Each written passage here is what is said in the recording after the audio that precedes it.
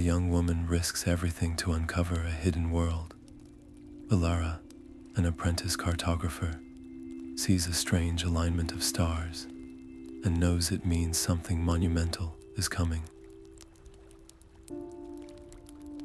Her village elders have forbidden anyone from entering the Whispering Woods, warning of ancient dangers, but driven by a belief the stars are speaking, she chooses to defy them. If she is caught, the punishment is exile, a fate that would sever her from everyone and everything she knows. This single decision pits her unwavering curiosity against generations of fear. By the end of this tale, you will understand how one person's courage can bridge entire worlds and rewrite destiny, what secrets lie hidden in the forbidden forest, and what kind of a rival could shake the foundations of reality itself. Where are you listening from right now, and what is the local time where you are? What would you risk to discover a truth that could change everything? The ancient oak felt alive beneath her fingers, its bark humming with a vibration that traveled up her arms. There, nestled in a gnarled hollow, was a shard of crystal no larger than her palm, pulsing with a soft, otherworldly light. Its energy was a low thrum, a song she felt in her bones, not her ears. Ignoring the wind that now whipped through the leaves, its whispers turning urgent, she reached out and carefully pried the crystal free. The moment it left the tree, the ground shuddered. A tremor, sharp and local, shook the leaves from the branches around her, and the air itself rippled like heat haze over a flame. A visible shimmer hung in the clearing, a tear in the fabric of her world. Her heart hammered against her ribs. This was no mere rock. It was a key, and she had just turned it in a lock she never knew existed. Two instincts warred within her. One screamed to run, to take this impossible treasure and flee back to the safety of ignorance. The other, stronger and more insistent, demanded she understand. What was that shimmer? The crystal felt warm and strangely heavy in her hand, its fate now inextricably tied to her own. With a resolve that surprised her, she tucked the shard safely inside her tunic and ducked behind the thick roots of the oak, her breath held tight. She would watch. She had to know. From the village, the faint but distinct sound of a horn cut through the unnatural silence. The guards were already alerted. Her time was shrinking by the second. Then, the shimmer in the air solidified. A figure stepped through the tear in reality, as if descending an invisible staircase. He was tall, cloaked in fabric that seemed woven from starlight and shadow, and his eyes held the calm depth of a night sky, untouched by any familiar constellation. Elara's simple quest for answers was over. She had not just found an artifact. She had opened a door, and now someone, or something, from the other side had come through. The air itself seemed to bow around the cloaked figure as his boots settled on the moss. He did not look like a monster from the elders' tales. He looked ancient and weary, his gaze sweeping the clearing, as if seeing the very structure of the world for the first time. Where his eyes lingered, the forest responded. Vines uncurled in a burst of emerald leaves, and a patch of simple white flowers at his feet erupted into blossoms of impossible sapphire blue. Yet this life came with a cost. A stray spark of raw energy, like a miniature lightning bolt, leapt from his fingertips and set a low-hanging branch ablaze. Without a hint of alarm, the stranger, Kalin, simply waved a hand. The fire vanished, not even a wisp of smoke remaining in the unnaturally still air. Elara clutched the crystal shard beneath her tunic, feeling its answering warmth. This was not a destructive force. It was a power so fundamental, it rewrote the rules of nature itself, and it was leaking from him with every breath. The village horn sounded again, closer this time. She was a trespasser hiding from armed guards, and now she shared her hiding place with a being who could snuff out fire with a thought. To stay hidden was the safe choice, the one that promised survival, but safety felt like a betrayal of the very curiosity that had led her here. What was the point of seeking answers if you hid from them when they arrived? Taking a shuddering breath that felt like the most significant act of her life, Elara stepped out from behind the gnarled roots. She kept her hands open and visible, her own fear a sharp taste in her mouth. She did not speak, only offered a slow, deliberate nod, a gesture she hoped transcended words. Kalin's ancient eyes fixed on her, and for a moment, there was only the hum of the altered forest. He inclined his head in return, a gesture of weary acknowledgement. The barrier between our worlds is thin here, and now it is torn, he said, his voice a low resonance that felt older than the stones. My passage has drawn attention. There are other things that wait in the gaps, things that feed on such tears in the veil. His warning hung in the air, a chilling truth that explained the elder's fear. But before he could say more, the sound of the hunting horns changed. They were no longer a distant alert. They were close, sharp, and angry, cutting through the trees from multiple directions. The search party had found them. The guards crashed into the clearing, not as a disciplined unit, but as a wave of panicked fury. Captain Finn led them, his face a mask of grim duty, an iron-tipped spear leveled at the impossible sight before him. Elara did not think. She stepped sideways, placing her own body between the captain's spear and the weary traveler from the stars. The action was so instinctive, so utterly foolish, that it made Finn hesitate for a single, crucial second. "Do not be a fool, girl. Step aside," he commanded, his voice tight with a fear he could not fully conceal. "That thing is not of this earth. It is the very danger the elders warned us about." But Elara stood her ground, her heart a frantic drum against the crystal shard hidden in her tunic. She saw not a monster, but a being whose very presence made flowers bloom in impossible colors.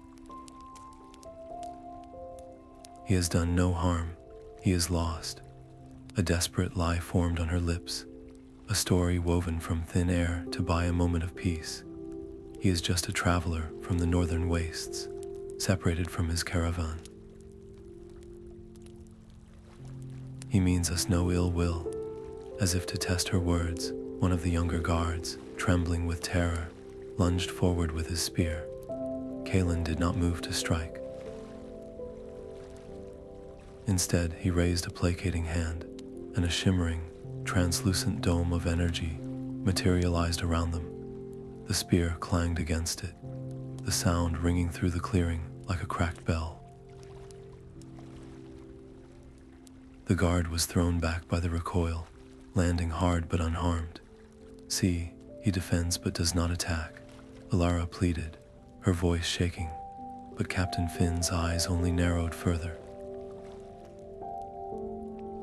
He saw magic, and in his world, magic was a weapon. "This is no traveler. Your lie condemns you as much as his presence does. You have consorted with forbidden powers.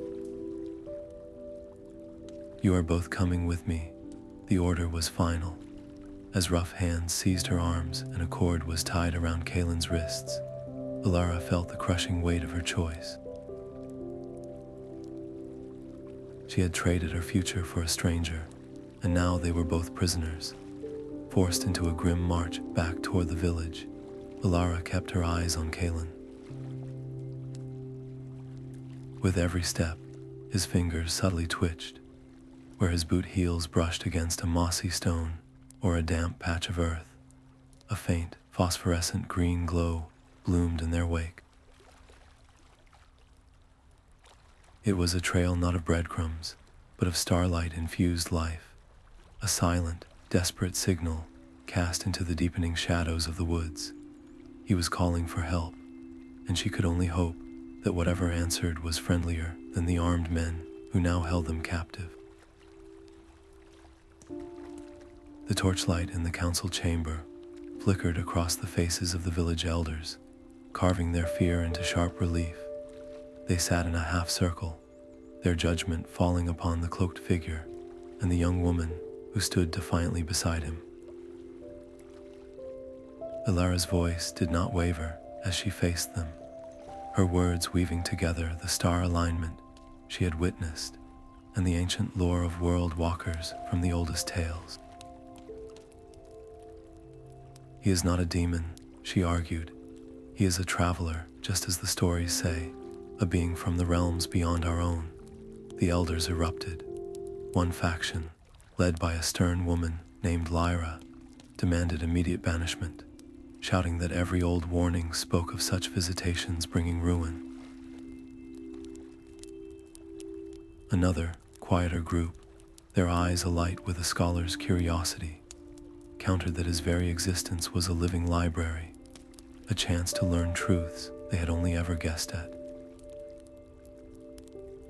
The argument raged around them, a storm of fear and ambition, while Kalin remained utterly silent, his calm eyes studying each speaker as if memorizing the patterns of their rage.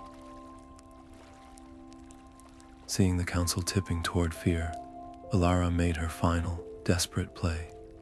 I stake my family's name, the honor of my bloodline for 3 generations, on his peaceful intent. The chamber fell into a stunned hush. It was the ultimate wager. If she was wrong, not only would she be exiled, but her entire family would be cast out from the community, their name forever tarnished. Before the head elder could respond, the heavy doors to the chamber burst open. A scout, his face pale and slick with sweat, stumbled inside. His report was a frantic, broken stream of words. Shadows that moved against the wind, forms of twisted wood and hungry darkness, gathering just beyond the tree line. They were not wolves, nor were they men. They were distortions. As panic began to ripple through the room, the eldest among them, a blind seer named Oren, rose shakily to his feet. He pointed a trembling, accusatory finger directly at Kalin. You see, the veil torn have come. His presence is a beacon to them, a tear in the world they seek to widen. We are not debating banishment any longer. We are preparing for a siege, and we cannot face this enemy alone. Chaos erupted in the council chamber, but Kalin's voice cut through it, calm and impossibly clear. He did not shout. He simply began giving orders, his words a stark contrast to the panicked cries around him. He needed specific herbs from the healer's stocks, salt from the stores, and every available hand at the wooden palisade. Elara, her own heart hammering, quickly translated his strange requests, her voice the only bridge between his alien certainty and the villagers' raw terror. The elders were paralyzed by debate, so action fell to those who were not. Kalin moved to the village gate, his fingers moving swiftly over the weathered wood. He did not carve random patterns. He etched symbols that seemed to drink the fading light, lines and curves that made the air hum with a low, protective energy. He instructed others to pack the gaps in the wall with crushed silver leaf and moon thistle, herbs normally used for teas. now repurposed as a barrier against the unnatural.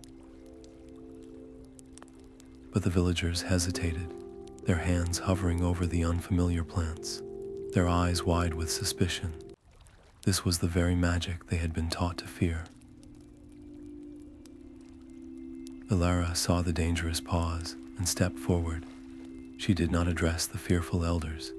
She turned to the young builders, the ones who had raised the palisade with their own hands. "They are not just shadows," she told them, her voice fierce. "They are a storm that will break your homes and take your families. This is not about trusting magic. It is about reinforcing the wall you built to protect everyone inside." Her words, grounded in the defense of their own work, broke the spell of fear. The young men and women finally moved, their hands now steady as they packed the enchanted herbs and followed Kalin's strange designs. As the last symbol was carved, a soft, silvery light pulsed across the entire palisade. Just in time, the shadows at the tree line surged forward, no longer lurking. They hit the barrier not with physical force, but with a sound like tearing cloth. Where they touched the magically reinforced wood, they recoiled, hissing, their forms flickering as if burned by pure moonlight. A ragged cheer went up from the defenders, but Elara's eyes were on Kalin. He leaned heavily against the gate, his face ashen. Each pulse of light from the palisade seemed to cost him, draining a vitality that was not easily replenished in this world. The victory was fragile, bought with a currency he could not afford to spend for long. The shadows, sensing this weakness, began to test the defenses with a terrifying intelligence. They concentrated their formless mass on a section where the wood was oldest. The silvery light there flickered, dimmed, and with a groan of protesting timber, a section of the wall nearly buckled inward. The threat was not just present, it was learning and growing stronger with every passing moment. Later, under the cover of a moonless night, with the exhausted village keeping a fearful watch, Kalin finally spoke to Elara alone. He nodded toward the crystal shard, still hidden safely in her tunic. "That is no simple focus stone. It is a keystone, an anchor point between realms. My passage here was not an accident. I was drawn by its call, to mend the tear I made, to send the veil torn back into the void, and seal the rift for good. We cannot rely on these temporary defenses. We must find its twin. One keystone opened a door. Only its pair can truly lock it." Dawn found them leaving the relative safety of the palisade, a small and grim-faced party, moving into the mist-shrouded woods. The elders had provided an escort of 4 guards, not as companions, but as jailers in all but name. Each step away from the village tightened the knot in Elara's stomach. Behind them, the enchanted walls pulsed with a fragile light, their only hope of holding back the shadows that still clawed at the edges of the forest. Unseen by the group, Captain Finn moved like a ghost through the trees, his mission simple: to ensure the outsiders did not abandon the people they had endangered. The journey to the Sunken caves was a gauntlet of the land itself turning against them. Thorns seemed to reach for their cloaks, and the streams they crossed ran with an unnatural, chilling cold. Every rustle in the undergrowth made the guards jump, their hands white-knuckled on their spear shafts, their suspicion of Kalin, a palpable third presence in the group. The tension broke in a roar of water. A sudden flash flood, born from a cracked hillside spring, surged through a narrow ravine they were crossing. One of the younger guards, named Rorik, was swept off his feet by the violent current, his cry cut short as he was pinned against a fallen log by the crushing force of the water. The other guards stared, helpless, their fear of the water outweighing their duty. Without a moment of hesitation, Kalin stepped forward. He raised his hands, his face contorting with strain, and the air before him thickened. The raging water parted around an invisible wedge, flowing in two torrents on either side of the trapped guard. The effort was immense. A trickle of blood ran from Kalin's nose, and the vibrant light in his eyes dimmed noticeably. But he held the barrier until the others could pull Rorik, coughing and terrified, to safety. In the stunned silence that followed, the look the guards gave Kalin shifted from fear to a wary, grudging respect. He had saved one of their own at great cost to himself, a currency they understood. That hard-won trust was tested hours later when they finally reached the entrance to the Sunken caves. It was not a simple hole in the ground, but a vast, carved archway, half swallowed by the earth, covered in symbols that mirrored those Kalin had etched on the village gate. This was not a natural formation. It was a made place, a constructed tomb for a powerful artifact. As they stepped across the threshold into the first cavern, the ground beneath their feet ignited with a network of glowing blue runes. The very air vibrated, and from the surrounding stone, a figure began to pull itself free. It was a guardian, twice the height of a man, its body formed of seamlessly interlocking plates of living rock. It did not breathe. It did not speak. It simply rose, its head turning slowly until its hollow, light-filled eyes fixed upon the intruders, blocking the only path forward. The stone guardian did not attack. It stood as an impassive sentinel, its light-filled eyes scanning them, and a series of intricate symbols flared to life on the cavern floor between them. Kalin drew a sharp breath, his weariness momentarily forgotten. "This is the work of the Star Weavers," he said, his voice filled with a strange mix of reverence and urgency. "My own order. This is not a barrier of force, but of wisdom. It judges the worth of those who seek to pass." The puzzles were a cascading challenge. The first required Kalin to realign shifting constellations of light in the air, his fingers tracing patterns that spoke of cosmic laws Elara could not comprehend. The second demanded Elara's unique skill. A vast, incomplete map of the cave system was projected onto the wall, and she had to use her knowledge of geological flows and water paths to chart the missing tunnels, her hands moving with an instinctive certainty. They worked in a seamless, silent rhythm, his arcane knowledge and her earthly wisdom intertwining. When Kalin was stymied by a riddle of echoes, Elara closed her eyes. She listened, not just to the sound, but to the space it occupied. She mapped the reverberations in her mind, visualizing the cavern's hidden architecture and her whispered solution, a sequence of notes tapped against a specific stalactite, caused the final symbol to glow with approval. Captain Finn watched this silent dance of intellect from the cavern entrance, his mission to surveil and, if necessary, strike, feeling increasingly hollow. He saw no deception in their cooperation, only a desperate synergy. This was not the work of a monster and his dupe. It was the work of partners, and it challenged every fear the elders had planted in him.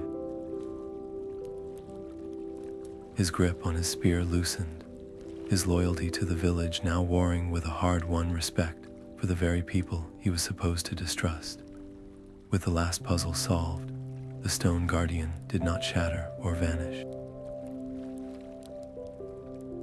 It simply stepped aside, its form settling back into the wall from which it came, becoming inert rock once more. A previously hidden archway shimmered into view, revealing the path to the inner chamber. But their success came with a price. A deep, resonant chime echoed through the caves, a vibration that traveled not just through the air, but through the magical currents of the world itself. Kalin's face paled. It was an alarm. "We have announced our presence to every listening ear," he murmured. "The veil torn now know exactly where we are." They stepped into the inner chamber, and the sight stole their breath. Floating in the center of the domed room was the twin Keystone, pulsing with a soft, harmonious light. But it was the walls that held the true revelation. A magnificent mural, crafted from luminescent minerals and polished stone, depicted a great convergence. It showed two worlds, not as separate spheres, but as interlocking rings, with figures much like Kalin, moving freely between them, welcomed by people who looked like Elara. This was not a warning of invasion, it was a record of alliance. Kalin stared at the ancient art, his usual calm shattered by a profound dread. "The legends were true," he whispered. "The Great Convergence is not a myth. It is a cyclical event, and the tier I made, it may have forced the next one to begin decades, even centuries, ahead of its time." The twin Keystone felt like a piece of her own heart as Elara lifted it from its resting place. Its light pulsed in time with the shard hidden in her tunic, a perfect, resonant chord. But the harmony shattered as the air in the chamber tore open. A form of shifting smoke and sharp, painful light poured through the rift, coalescing into a creature whose very presence made the stone walls weep, a dark, viscous fluid. This was no mere shadow from the woods. This was a veil torn in its full, terrifying strength. "Move now." Kalin's command was a ragged gasp as he shoved Elara behind him. He raised his hands, and a shield of brilliant white energy flared to life, deflecting a whip crack of darkness that scarred the cavern floor where she had stood. The battle was a brutal exchange of forces that defied the natural world. Kalin fought with a desperate, draining power, each deflection of the creature's attacks costing him dearly. He was a star burning through its last fuel. When the veil torn lunged, a vortex of screaming shadows aimed at the huddled guards. Kalin did not merely block it. He drew the attack into himself. A scream was torn from his throat, a sound of pure agony, as he absorbed the corrupting energy to protect the others. The cavern groaned in response, and a web of cracks raced across the ceiling. He was destroying the very sanctuary they stood in. "He is killing himself," Elara thought, her mind screaming. The twin shards in her hands hummed, their energy a frantic, discordant buzz. They were meant to seal, not to fight. But with Kalin on his knees, his light flickering, she had no guide, no ancient text to follow. She had only the certainty that to do nothing was to watch him die. Closing her eyes against the chaos, she shut out the roaring creature and the trembling cave. She focused inward, grasping for a single, stable point, a memory of the quiet night sky over her village, the stars sharp and clear and peaceful.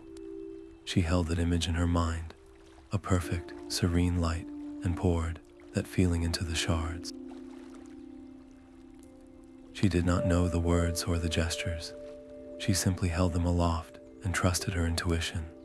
The keystones responded, their discordant hum smoothed into a single, piercing note of pure silver light. The beam lanced out, not as an attack, but as an erasure.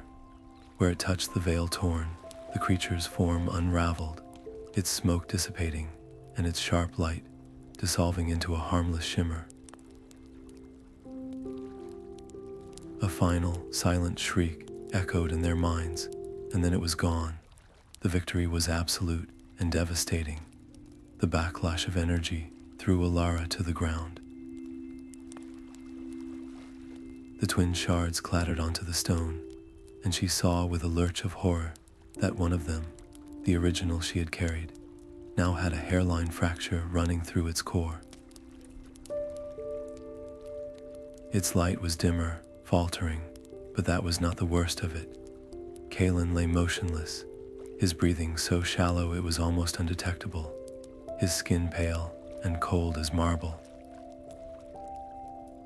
Captain Finn was at her side in an instant, his spear discarded, his earlier mission forgotten. He helped her lift the unconscious Kalin, and together with the stunned guards, they stumbled from the tomb. They emerged from the sunken caves into a world transformed. The sky above the distant village was no longer the calm blue of afternoon. It churned with a violent, purple-black storm, a tempest that crackled not with lightning, but with fragments of alien, hostile light. The sky above Hearthstone was a nightmare of churning void and splintered light. They returned not to a village, but to a fortress under siege, the once bright palisade, now flickering like a dying candle. Inside, the defenders were fighting a battle of pure despair. Men and women swung axes and spears not with hope, but with a frantic, terrified energy, knowing each weakening pulse of the magical barrier brought the end closer. The air was thick with the screams of the wounded and the unearthly shrieks of the veil, torn as they clawed at the disintegrating wall. Morale had shattered. Some families were already gathering their children, preparing to flee into the very woods that now harbored the enemy, convinced the arrival of the wizard had sealed their doom. Elara's heart sank. They had the twin shards, but they had returned with a dying man and a fractured key to a catastrophe. She pushed through the panicked crowd, her voice cutting through the din. This is not his fault. His world and ours were once allies. The murals in the cave showed it. We are not being invaded. We are being reunited, and we are failing the test. Her words were met with angry shouts and cries of fear, but a few people, the young builders who had trusted her before, hesitated in their retreat. They looked from her determined face to the unconscious form of Kalin, being carried by Captain Finn. Meanwhile, Finn laid the wizard down near the central fire pit. His own internal battle finally resolved. He had seen the cost Kalin paid to save his guard. He had witnessed the truth in the ancient cave. This was no longer about suspicion. It was about survival. He turned to his remaining soldiers, his voice a gravelly command that brooked no argument. Your only duty now is to form a circle around him. You will die before you let those shadows touch him. Do you understand? It was a complete, public reversal, an order that placed the fate of the village squarely on the very being he had once sworn to contain. As the guards formed a grim, spear-bristling perimeter, Kalin stirred, his eyes fluttering open. They were dim, the starlight in them nearly extinguished. He saw the failing barrier, the horde of formless predators, and understood instantly. He pushed himself up onto his elbows, his body trembling with the effort.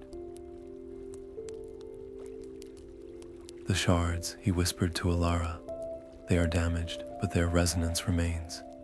We must use them now, not to seal a single tear, but to mend the entire weakened veil around this place. The ritual will require everything. It was a last-ditch plan, a gamble with the highest stakes. As Elara placed the twin keystones in his hands, the largest of the veil torn, a towering being of absolute nothingness that seemed to drink the light from the air, finally broke through the palisade. With a sound like a mountain cracking, a whole section of the wall exploded inward, showering the defenders with splinters. The creature of void turned its faceless head, and a crushing pressure filled the air as its gaze fell directly upon Kalin, who had begun to chant in a language older than the stones. Back to back in the center of the village square, they became the anchor point of a storm. Kalin's voice was a low chant, weaving strands of cosmic law, while Elara focused every ounce of her will, her hands gripping his as the twin keystones blazed between them. A dome of pure, silver light erupted from their joined energy, pushing outward against the tide of shadows. It was a beautiful, terrible sight. The veil torn shrieked as they were forced back from the crumbling palisade, their forms dissolving where the light touched them.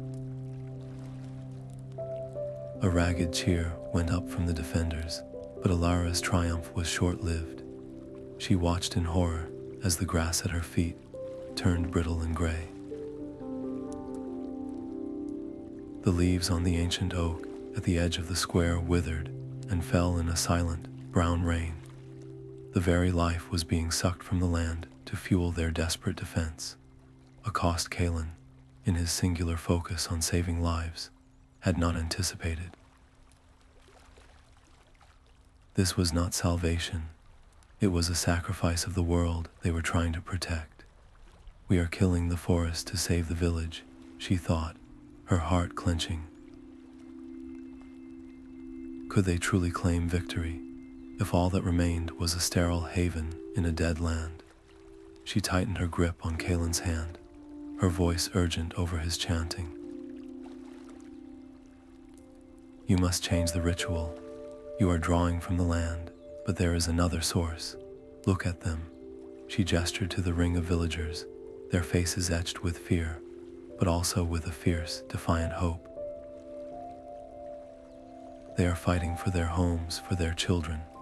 Their will is a power you are not using. Kalin's eyes, hazy with exhaustion and strain, met hers. To alter a spell of this magnitude, mid-casting is to risk unraveling the entire construct. One misstep, one flicker of doubt from them, and the shield will shatter, leaving us utterly defenseless. It is a gamble with every soul here. It is a gamble we have to take, Elara insisted, her voice steady despite the terror coursing through her. Trust them as they are learning to trust you. She turned from him, raising her voice to the crowd. Your fear is a weapon they can use. Your hope is a shield they cannot break. Join hands. Focus everything you have, not on the fear, but on what you are protecting. Think of your families. Think of your homes. For a terrifying moment, nothing happened. Then, one by one, the villagers reached for each other. The young builder clasped the hand of the elder who had doubted him.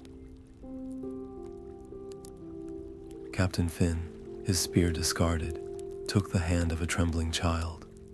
A network of human connection formed around the square, a circuit of raw, shared determination. The shimmering dome, which had begun to falter and thin, suddenly flared with a new, brilliant, golden light. It was no longer just Kalin's alien magic or the Keystone's raw power.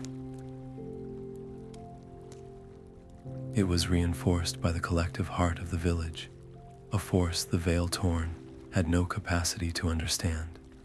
The dome solidified, humming with a resilient energy that felt alive.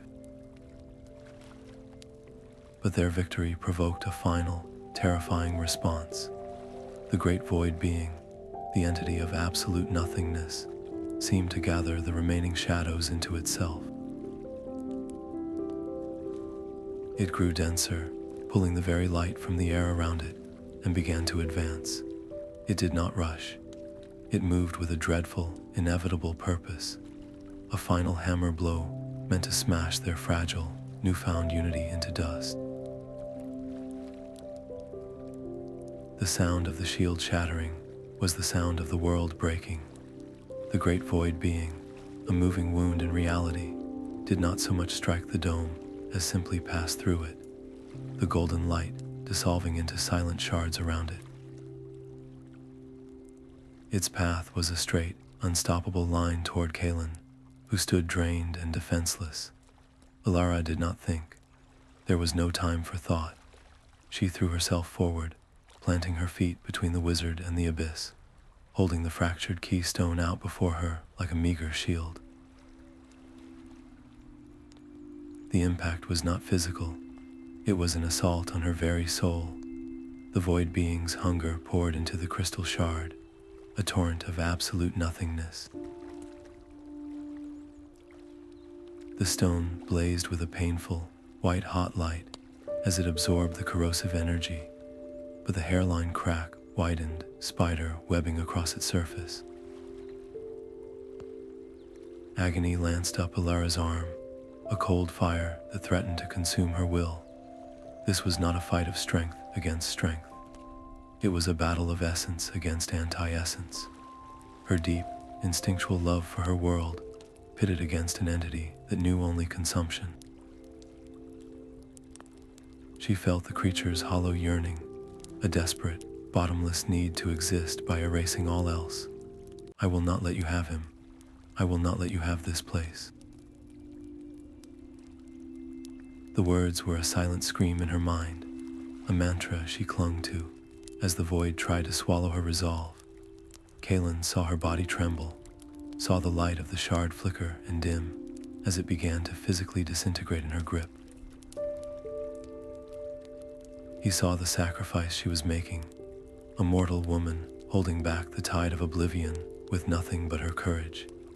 In that moment, his centuries of training, his duty to the cosmic balance, all narrowed to a single, undeniable truth. He would not let her light be extinguished. Gathering the last dregs of his own life force, the fundamental energy that sustained his very form in this world, he did not reinforce the shield or attack the creature.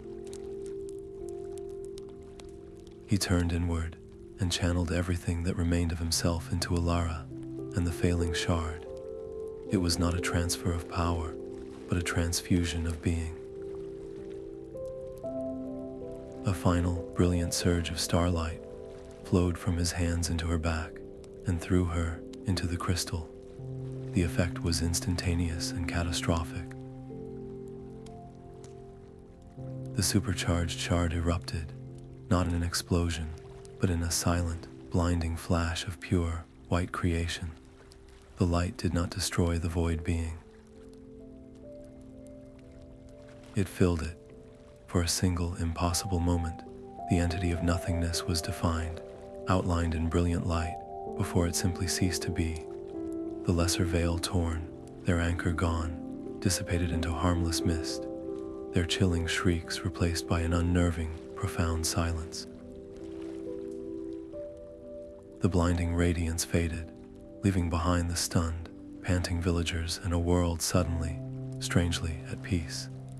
Elara collapsed to her knees, the dust of the completely disintegrated keystone sifting through her numb fingers. Her gaze frantically found Kalin. He lay on the ground, his form terrifyingly translucent. She could see the trampled grass through his chest as he flickered in and out of reality, a guttering candle in a sudden wind. The cost of their victory was laid bare. The entity was gone, the village was saved, but the wizard who had given everything to make it possible was now barely there at all. Their procession through the village was a silent, somber affair.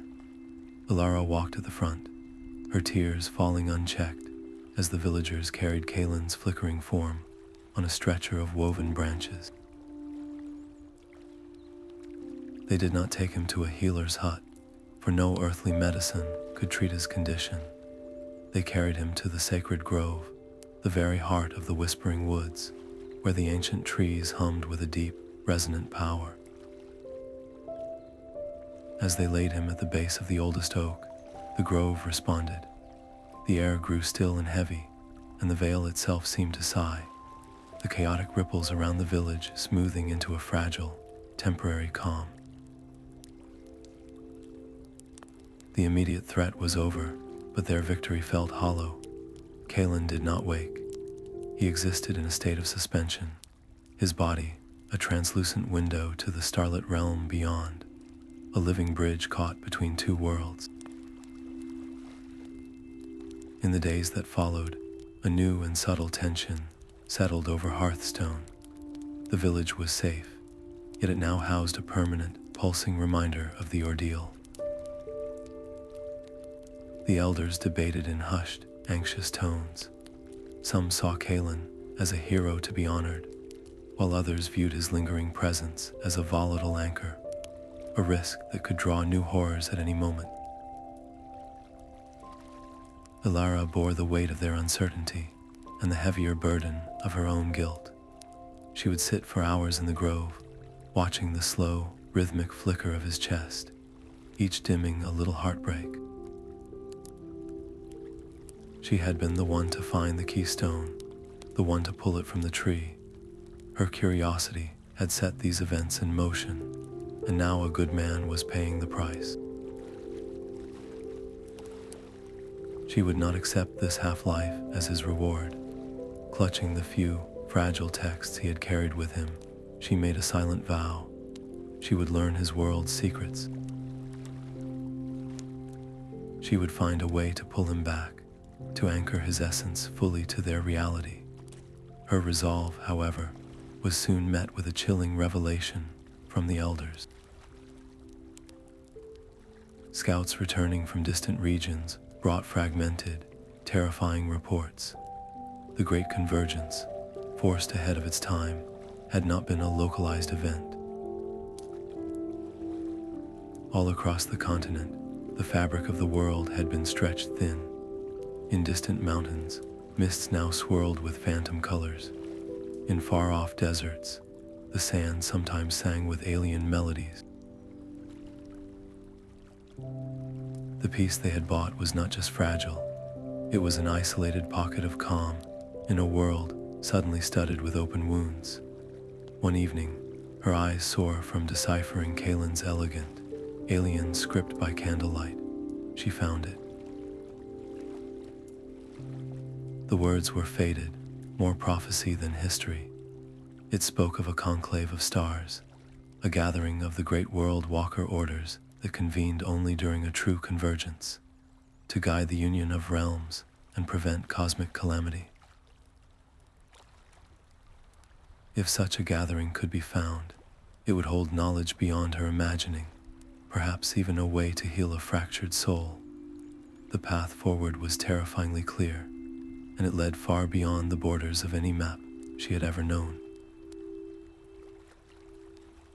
Elara's new maps were not drawn on parchment, but woven from observation and intuition.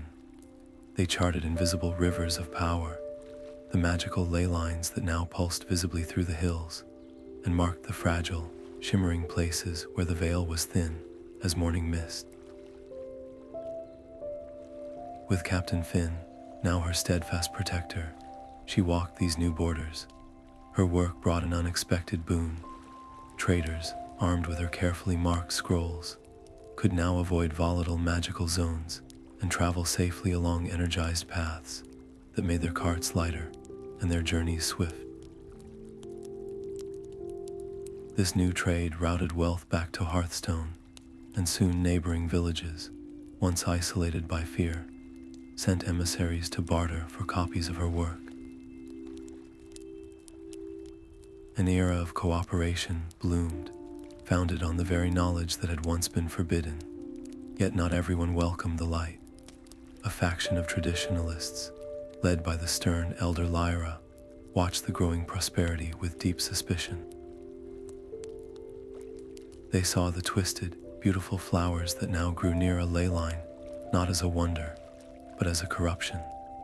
They argued in council meetings that by mapping the magic, Elara was normalizing it, making their world dependent on forces that had nearly destroyed them. Elara learned to navigate these political currents with a diplomat's care, her words chosen as precisely as the points on her maps. She did not dismiss their fear. Instead, she acknowledged the danger of the unknown, then countered it with the greater danger of remaining ignorant. Her solution was not to hoard her hard-won knowledge, but to seed it. She established a small school, not of magic, but of understanding. She taught the children, and any adult willing to listen, about the delicate balance between their world and the realms beyond. They learned to identify a veil-thin spot by the way the air hummed, and to respect a ley line's power without seeking to dominate it. She was raising a generation of guardians, not wizards. This open approach, however, had a consequence she had not fully anticipated. Her maps and her reputation as the keeper of the Keystones acted as a beacon.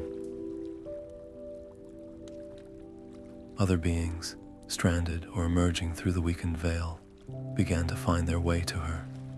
Some were lost, mere wisps of confused energy that our students could gently guide back to their own reality.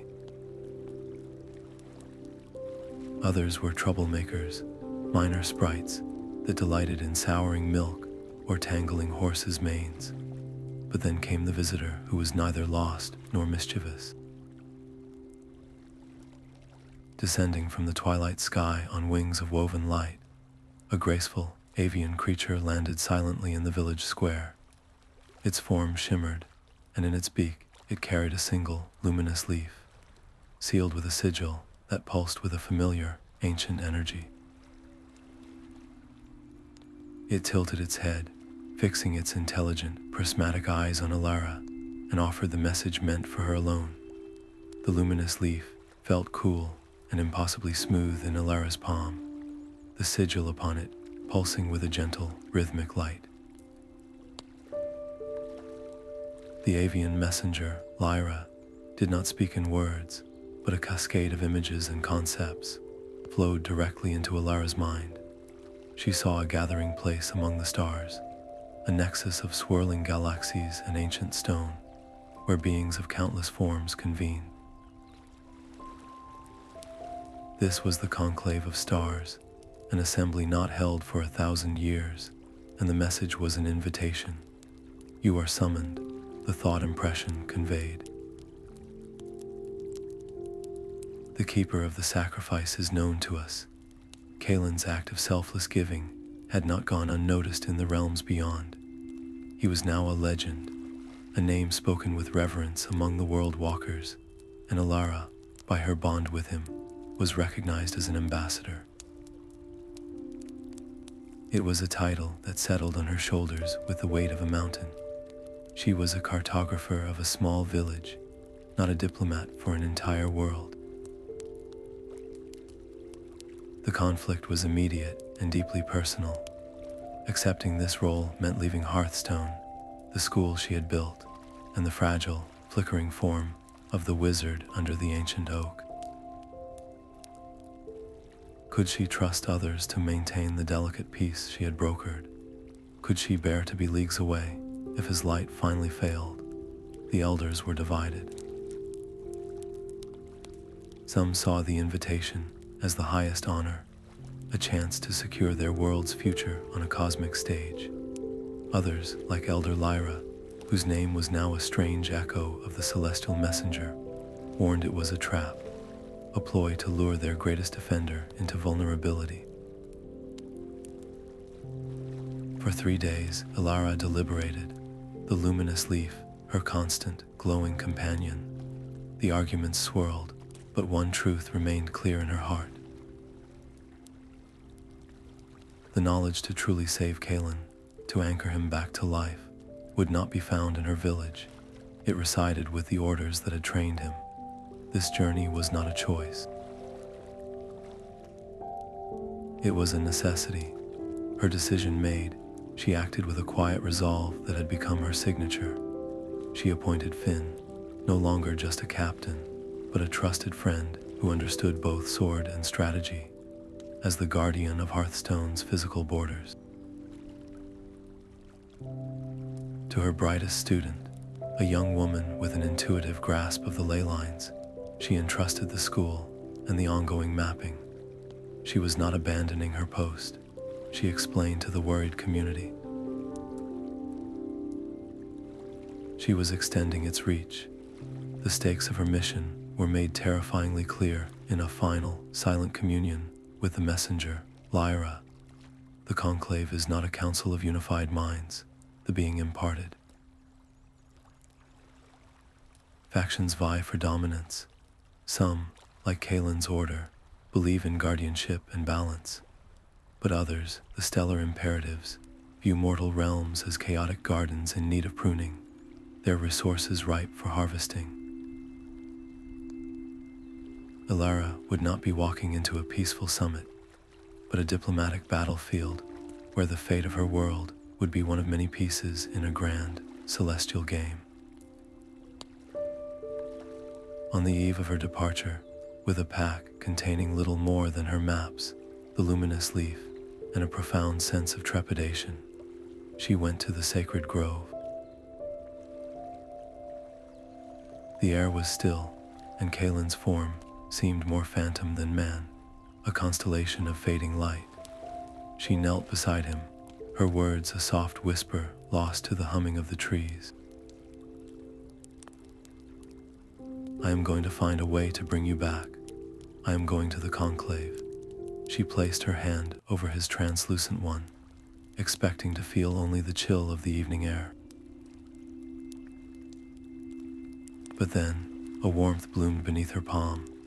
A surge of energy, faint but definite, flowed from him. For a single, breathtaking moment, his hand solidified, his fingers tightening around hers in a weak but unmistakable clasp. It lasted only a heartbeat before the translucence returned, but the message was seared into her soul. It was not a farewell. It was a promise, a spark of hope held between two worlds, fueling her courage for the journey ahead. The path beyond Hearthstone was a map redrawn by chaos. Rivers of molten light carved canyons through once familiar hills, and entire forests had been transmuted into silent, glittering groves of crystal that sang a discordant chime in the wind. Elara led their small party, her eyes constantly scanning the landscape, not for landmarks, but for the subtle shifts in magical current. Lyra, the avian messenger, soared ahead, a scout against a transformed sky. Beside Elara, Captain Finn walked with a hand resting on his sword hilt, his soldier's mind struggling to categorize threats that had no precedent. The volunteers from the village followed in a tight, nervous group, their awe warring with a deep-seated fear. Every step was a lesson in this new world.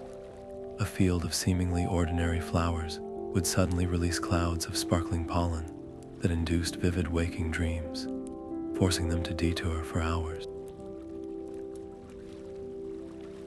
A simple stone bridge now hummed with such intense energy it threatened to shake their very bones apart. They learned to trust Elara's intuition over their own senses, watching as she traced the flow of power with her fingers in the air, finding the safe, quiet currents in the magical tumult.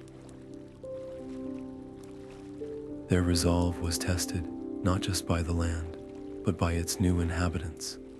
The challenge came at a narrow pass between two towering spires of amethyst. 3 figures materialized from the shimmering air, their forms tall and severe, clad in armor that seemed forged from captured starlight. They were Worldwalkers, but unlike Kalin, their energy was cold and sharp, radiating an aura of absolute authority. The leader, a being with eyes like polished silver coins, did not brandish a weapon. He simply raised a hand, and the very air in front of them hardened into an invisible wall. No mortal feet are permitted on the path of ascension. Turn back to your fragile world, he intoned, his voice devoid of malice and filled with a dismissive certainty that was somehow worse. Finn and his guards immediately formed a defensive line, their simple steel blades looking pitifully inadequate. Elara felt a surge of panic, but she forced it down. A fight here would be suicide. Stepping forward, she kept her hands open and her gaze level. "We travel under invitation," she stated, her voice clear despite the tension. "I am the keeper of the sacrifice, summoned to the Conclave of Stars." The silver-eyed walker scoffed, a sound like grinding ice. Titles given by sentimentalists hold no weight with the stellar imperative. Your kind lacks the capacity to comprehend the forces at play. You are children playing with a star forge. A trial, Elara countered quickly before Finn could act. You speak of capacity. Test mine.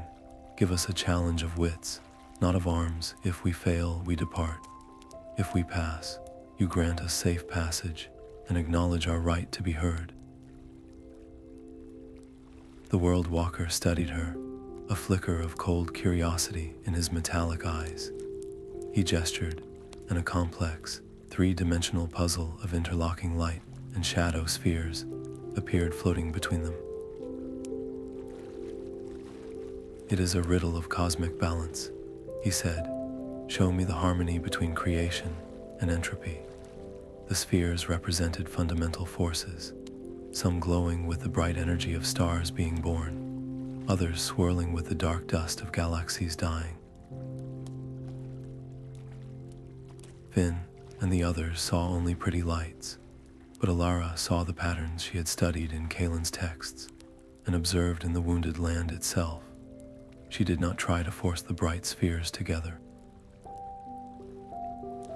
Instead, she carefully guided a dying star's sphere to gently touch a nascent one, allowing the energy of its end to fuel the beginning of another. She balanced a sphere of pure light with one of deep shadow, showing their interdependence. She did not seek to eliminate the entropy, but to find its place in the great cycle. With a soft chime, the puzzle resolved, the spheres aligning into a stable, beautiful constellation of give and take. The silver-eyed walker was silent for a long moment. He gave a curt, almost imperceptible nod. "You understand the theory, if not the practice. You may pass. But know this, by earning this right, you have stepped onto the board. The Conclave will now see you not as a curiosity, but as a piece in play." The invisible wall vanished. As the hostile patrol dissolved back into the air, the group let out a collective breath they hadn't realized they were holding. They continued their ascent, the path growing steeper and the air thinner. When they finally reached the highest peak of the crystalline mountain range, the view that unfolded before them stole all words away. Floating in the sky, suspended amid swirling nebulae and captured sunlets, was the Citadel of the Conclave. It was a city of impossible spires and floating gardens, crafted from materials that defied description, shimmering with a soft, internal power that was both breathtakingly beautiful and utterly terrifying. Their destination was in sight, a jewel of immense power hanging in the balance between the stars. Silence fell in the grand amphitheater, a pressure so immense it felt like a physical weight. Elara stood on a central dais, surrounded by the Conclave of Stars, beings of pure light, entities of swirling gas, and figures carved from living crystal, regarded her with ancient, unblinking eyes. She She was a speck of dust in a cathedral of gods. She did not speak of cosmic laws or strategic alliances. She spoke of Kalin's sacrifice, of the way a village of frightened people had joined hands to create a shield of golden hope. She described the scent of rain on mortal soil and the profound courage found in a single, fleeting lifetime. Her plea was not for power, but for restoration, for the chance to rebuild a bridge between worlds that had once existed. A soft murmur of approval rippled through the neutral observers, their forms shimmering with newfound interest. But from the highest tier, a voice like grinding continents spoke. The Weaver of Dominion, a being whose form shifted between an armored knight and a storm cloud, rose. "Your sentiment is a weakness," he declared. "This damage you weep over is an opportunity. The veil is thin, your world is ripe, its chaotic life force a resource to be harnessed and ordered. Why mend a crack when we can shatter the door and claim the house for our own?" Expansion is the natural order of a superior civilization. The air grew cold. Elara felt the conclave's delicate balance, tipping toward this cold, logical predation. To simply argue further would be useless. She took a step forward, her heart hammering against her ribs. "I challenge you. By the ancient rites of this conclave, I demand a duel of resonance. Let our convictions be tested not by force, but by their inherent truth. Let the conclave see the world through our eyes and judge which vision holds more value." A profound stillness gripped the assembly. The Duel of Resonance was an ancient, sacred contest, one of pure will. The Weaver of Dominion laughed, a sound that cracked the air. "You would pit your mortal fleetingness against the weight of eons. So be it. The loser's argument is void, and their faction will abide by the outcome." The stakes could not be higher. If she lost, the conclave would not oppose the Dominion's plan to harvest her world, to treat its people and its magic as mere assets to be consumed. The amphitheater dissolved around her. Elara's consciousness was pulled into a realm of pure potential, a space where thoughts and beliefs sculpted reality itself. She stood opposite the essence of the Weaver, a towering presence of absolute control and cold, hard ambition. The duel had begun. The mental world shimmered into being around them, a blank canvas awaiting their convictions. Morvan, the Weaver of Dominion, did not hesitate. His will surged forth, crafting a vision of terrifying efficiency.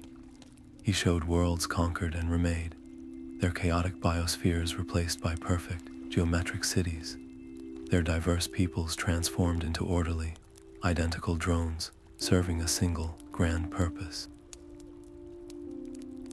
It was a universe without conflict, but also without laughter, without art, without the beautiful, unpredictable mess of freedom.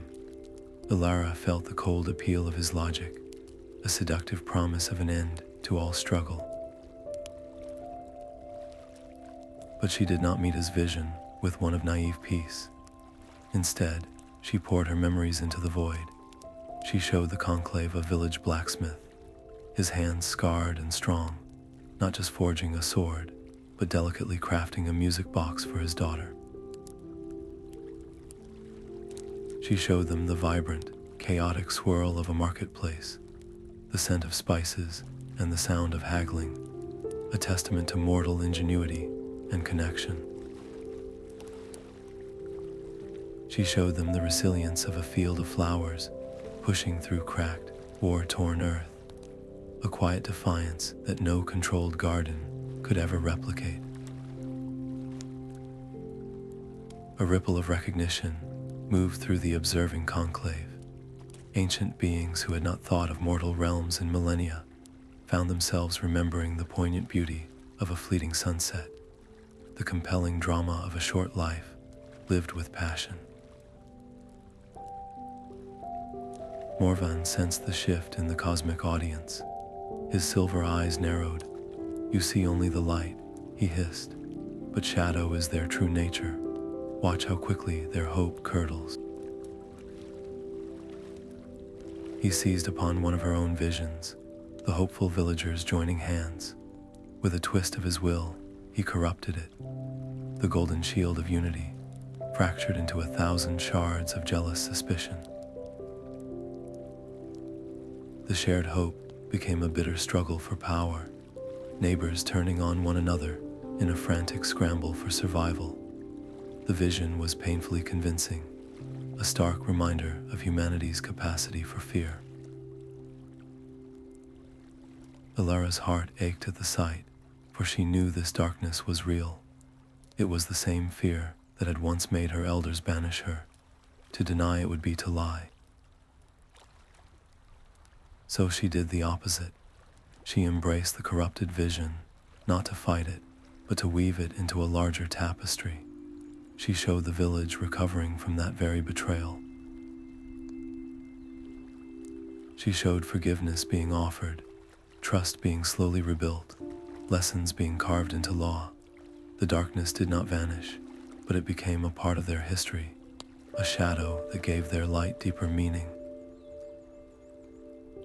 This was not a vision of perfect beings, but of flawed ones constantly choosing to be better. The balance she presented, the honest integration of both light and shadow, resonated with a profound, universal truth that Morvan's sterile perfection could not touch. Enraged that his logic was being undone by mortal wisdom, Morvan shattered the rules of the duel. The mental landscape trembled as he abandoned the contest of visions and launched a spear of pure psychic force directly at Elara's consciousness. It was an act of desperate violence, an attack meant to erase her mind, and with it, the truth she embodied. The pain was excruciating, a white-hot fire in her soul. She felt her memories, her very sense of self, beginning to fray at the edges.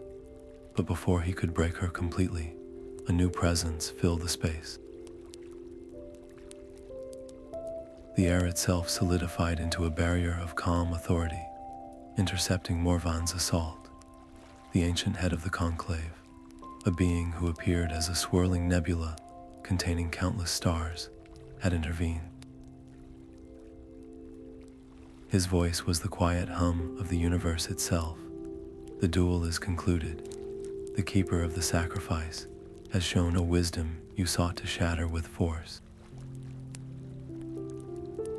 She is the victor. The declaration echoed through the amphitheater, now solid and real around them once more. Elara collapsed to her knees, gasping, her mind feeling raw and hollowed out.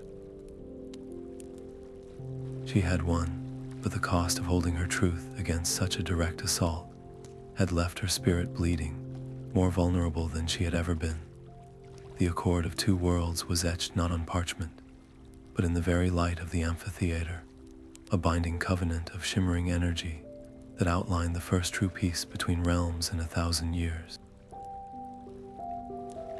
It established guidelines for cautious interaction, promised mutual aid in times of cosmic instability, and made the shared guardianship of the Veil a solemn duty for all.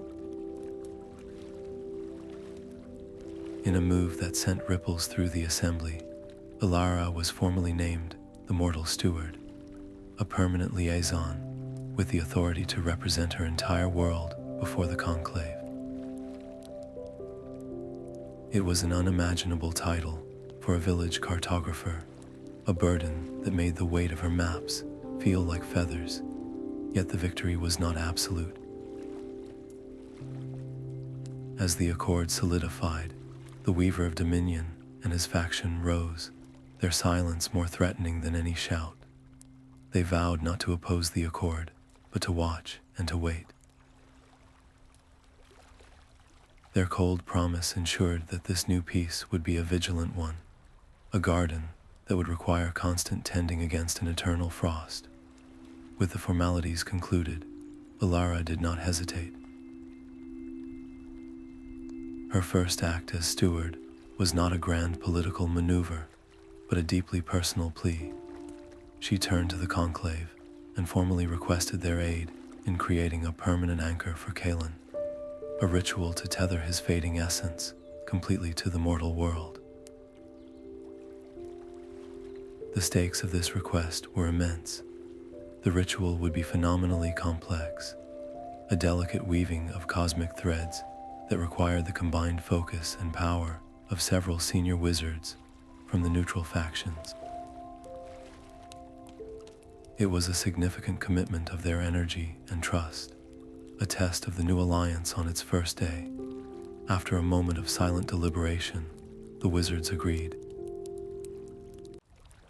A procession began to form, a solemn line of star-cloaked figures preparing to travel back to the mortal world, where the fate of the sacrificed wizard would finally and irrevocably be decided. Their return to Hearthstone was not a quiet homecoming.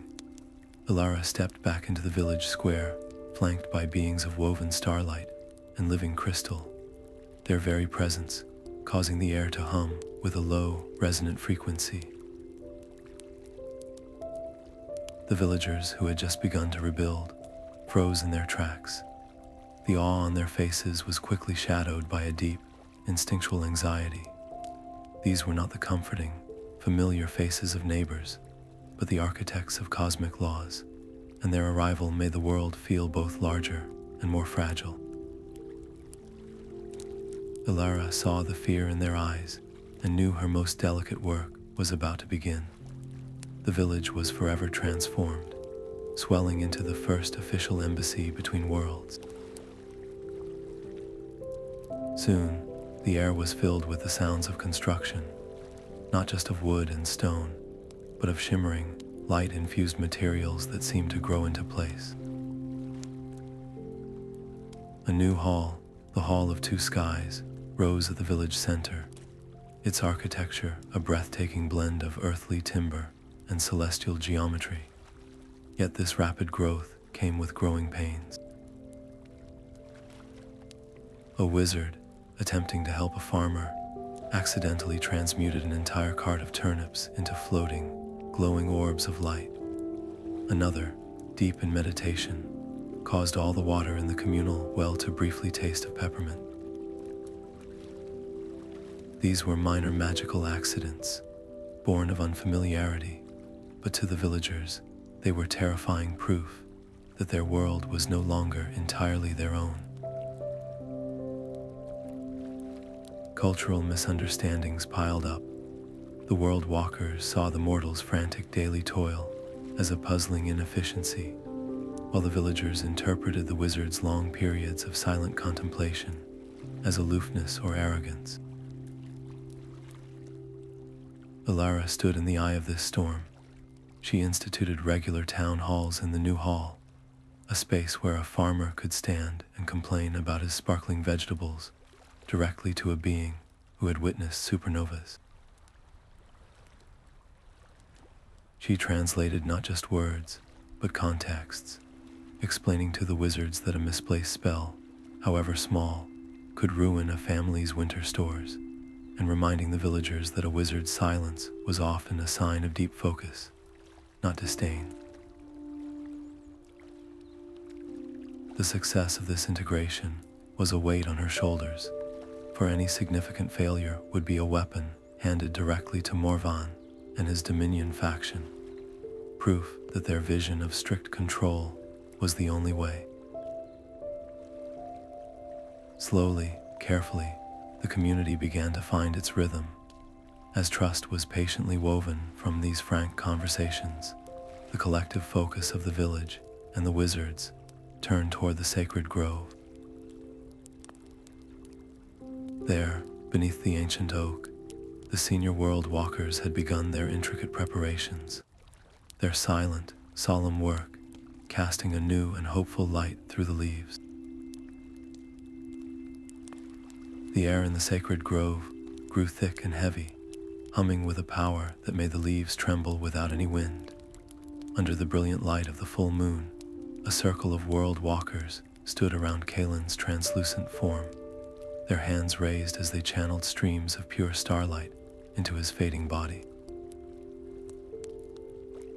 Elara stood at the center of this vortex, her hands resting on Kalin's chest, her own spirit acting as the crucial bridge between his alien essence and the familiar, solid reality of the earth beneath their feet.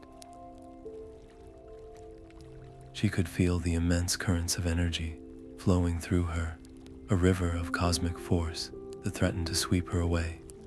The grove itself responded to this outpouring of power. The ancient oak erupted in a canopy of glowing, silver leaves, and the ground beneath them bloomed with flowers that shimmered with every color of the twilight sky. High above, the constellations seemed to pulse in rhythm with the ritual, their light intensifying as if the heavens themselves were leaning in to witness the outcome. But the sheer magnitude of power required was staggering. One of the elder wizards, a being of swirling light, began to flicker uncontrollably. His form wavered, and the stream of energy he contributed to the matrix frayed into unstable, wild tendrils. The entire delicate structure of the ritual shuddered, the harmonious chord of power slipping into a dangerous, grating dissonance. The collapse of the matrix would not only fail to anchor Kalin, it would likely obliterate what little of him remained. Seeing the imminent failure, Elara did not hesitate.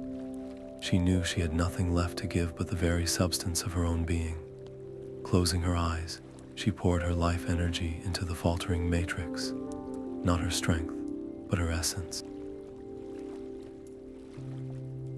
She gave her earliest memory of tracing maps with her father, the fierce hope she held for her village, the profound love she felt for the whispering woods, and the mortal world she called home.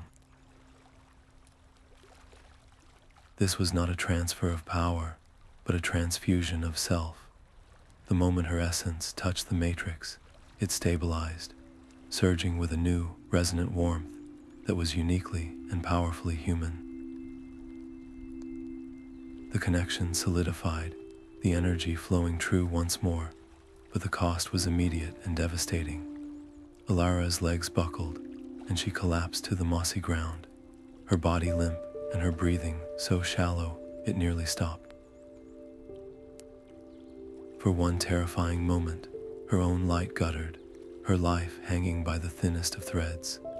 As she lay there, the ritual reached its final, thundering crescendo. The energy flared into a silent, blinding pillar of light that connected the grove to the stars above, and when the light faded, Kalin's form was no longer translucent. He was solid, real, his chest rising and falling with a deep, steady breath. His eyes fluttered open, clear and aware for the first time since the Great Siege, and the first thing they saw was Elara, lifeless on the ground before him.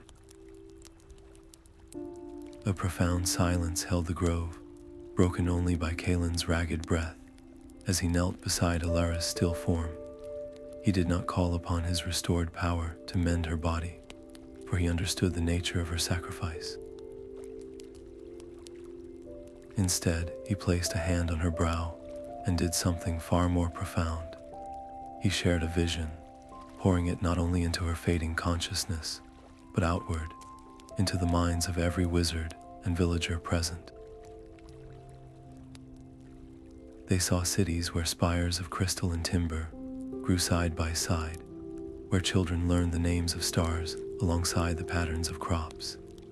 They felt the quiet hum of a world where magic was not a terrifying force, but a familiar current flowing through everyday life, enriching it without dominating it.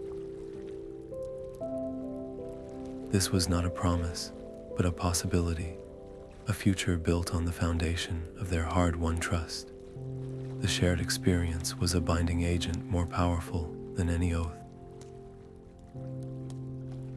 The lingering anxiety among the villagers softened into wonder, while the wizards felt a new, resonant connection to the vibrant, fragile world they had pledged to protect.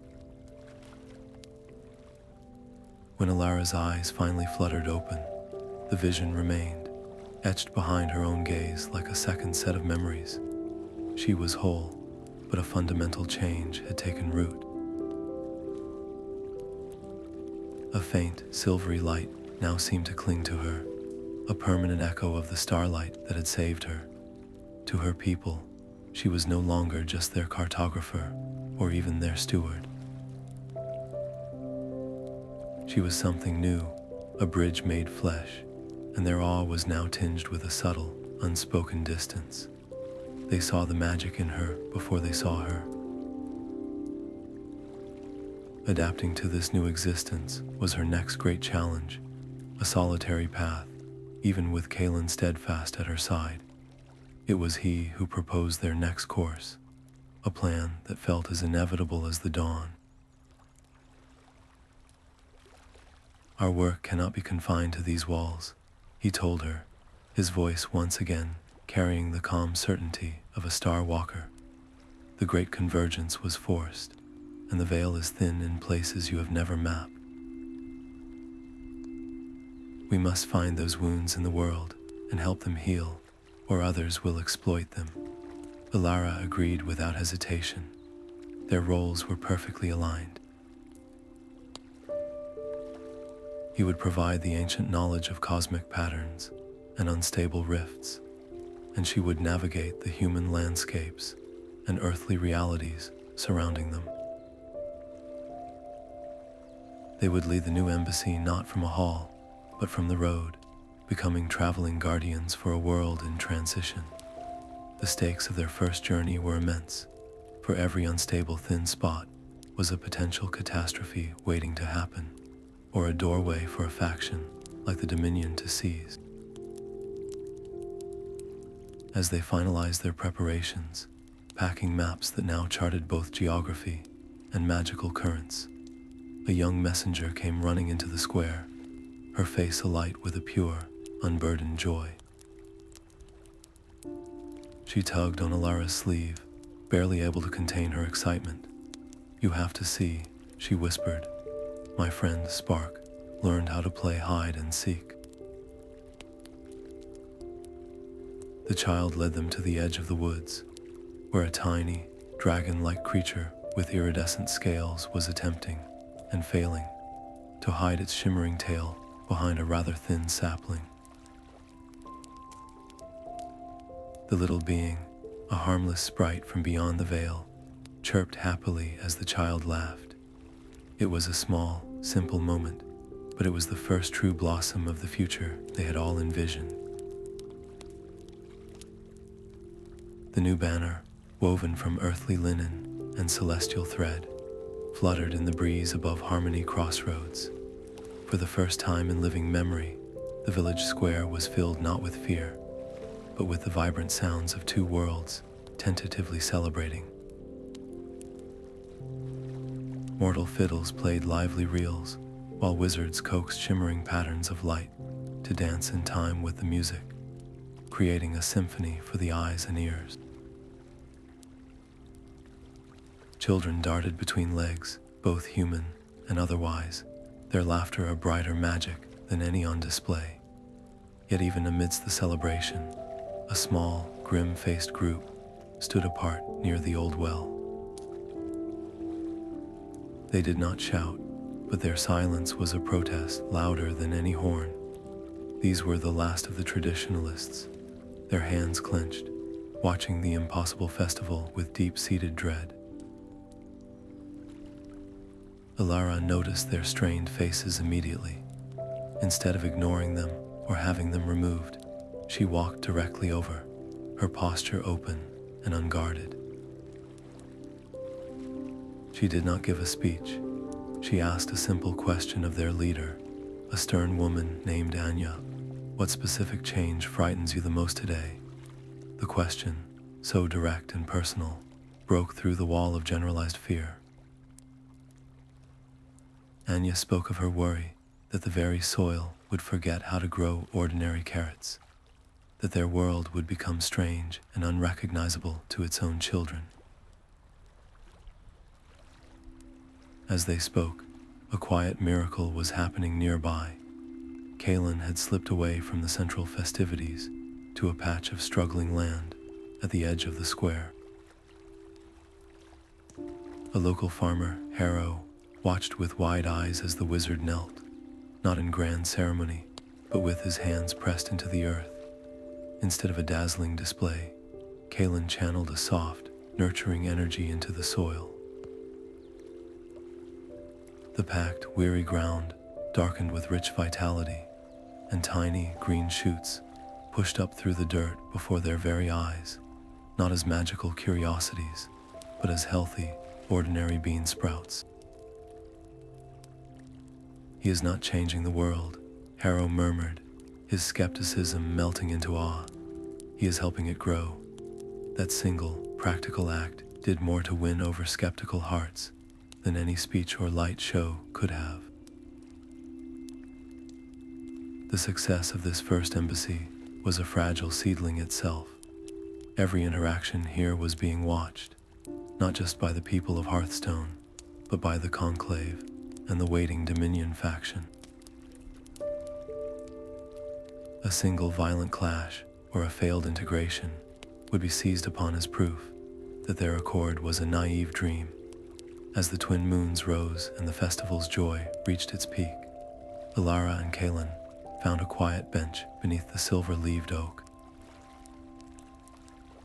The sounds of laughter and music were a balm, but their shared gaze was solemn. "This is a beautiful beginning," Kalin said softly, his hand resting on the now solid wood of the bench. "But the veil has thousands of such tears, each one a potential wound. Our true work starts tomorrow." Elara nodded, her fingers briefly brushing the faint, silvery light that now clung to her skin. The embassy was a shelter, but outside its walls, the real storm was still gathering. The wind carried the scent of ozone and old stone as they approached the weeping spire. It was less a mountain and more a jagged tear in the sky, its peak perpetually shrouded in a shimmering, violet haze. Here, the veil was not just thin, it was tattered. Strange temporal echoes washed over them, a disorienting sensation of déjà vu one moment, and a jarring leap into a future heartbeat the next. They saw a flock of birds freeze mid-flight, only to vanish and reappear an instant later, their feathers now aged and molting. The local wildlife was caught in a nightmare, creatures blinking in and out of existence, their instincts shattered by a world where cause and effect no longer held meaning. Perched precariously on the mountainside was the monastery of the Silent Brotherhood, its ancient stones looking as unstable as the air around it. The monks who greeted them moved with a strange, stuttering motion, their forms flickering between youth and extreme age. Their leader, an elder named Boreal, explained their desperate situation with a voice that seemed to come from multiple times at once.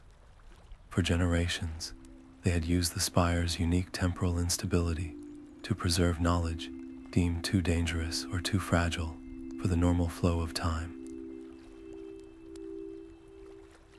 They had libraries filled with scrolls that contained the lost languages of fallen empires, and prophecies that would only make sense centuries after they were written. But now, the fluctuations were accelerating. The time bubbles they relied on were becoming chaotic, threatening to collapse entirely and erase not just the knowledge, but the monks themselves from the timeline. They were literally fading, their past and future unraveling. Kalin's initial assessment was grim. The simplest solution was to forcefully mend the veil, a blunt act that would stabilize the mountain instantly. But such an action would be like using a hammer on a house of cards.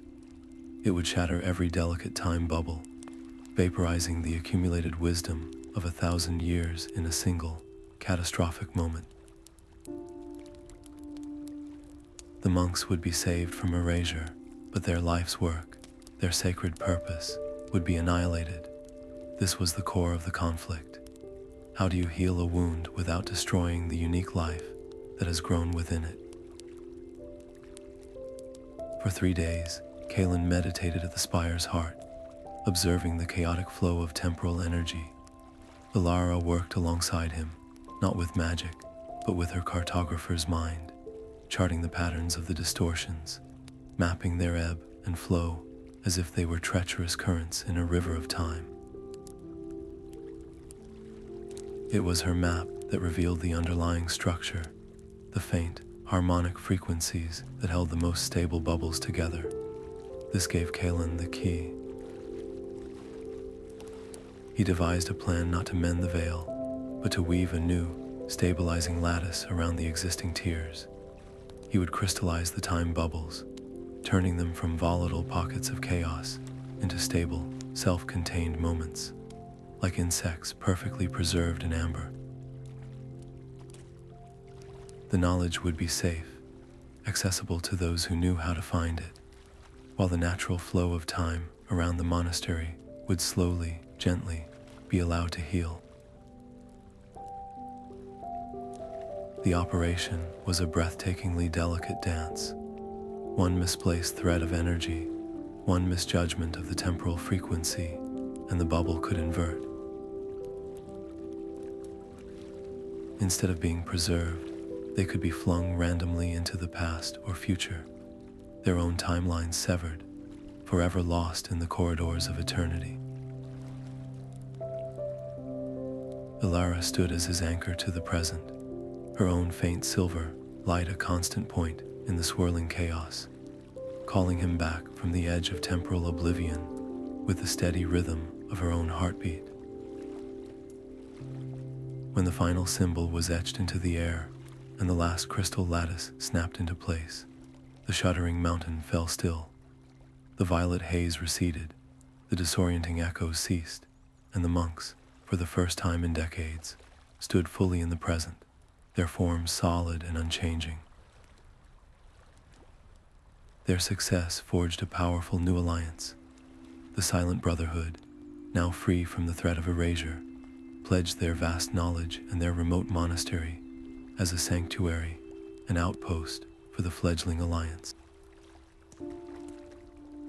But as the grateful monks presented Elara with a scroll containing a forgotten stellar alignment, a young acolyte approached Kalin, his face pale. He spoke of a figure he had seen watching from a nearby peak just before the ritual began, a silhouette clad in armor that drank the light, its gaze cold and analytical. The description was unmistakable. It was a scout of the stellar imperative. The Dominion was no longer a distant threat in the halls of the Conclave. They were here in the mortal world, and they were taking notes. The scout's trail was not a path of footprints, but a scar of deadened magic. Kalin's hand hovered over a patch of brittle, gray moss, his expression grim. This was not a natural veil-thin spot, weakened by chance or cosmic event. This was a wound being deliberately widened, fed by a subtle, corrosive energy that drained the life from the land to speed its rupture. They tracked the blight to a secluded canyon, where the air itself felt thin and strained.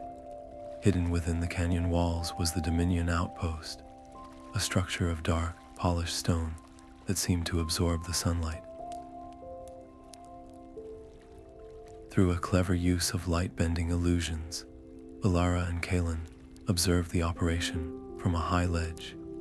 They saw Dominion agents methodically channeling power into the fragile point in the veil, not to mend it, but to agitate it like a poultice, drawing poison to the surface. Their goal was a controlled disaster, a single, spectacular rupture that would release a swarm of minor veil torn into a populated valley. The ensuing panic and destruction would be undeniable proof that the Conclave's accord was a failure, that mortal worlds were inherently unstable and required the Dominion's firm, controlling hand. Worse, they discovered scrolls detailing identical plans for 2 other locations. A coordinated strike meant to shatter public trust entirely.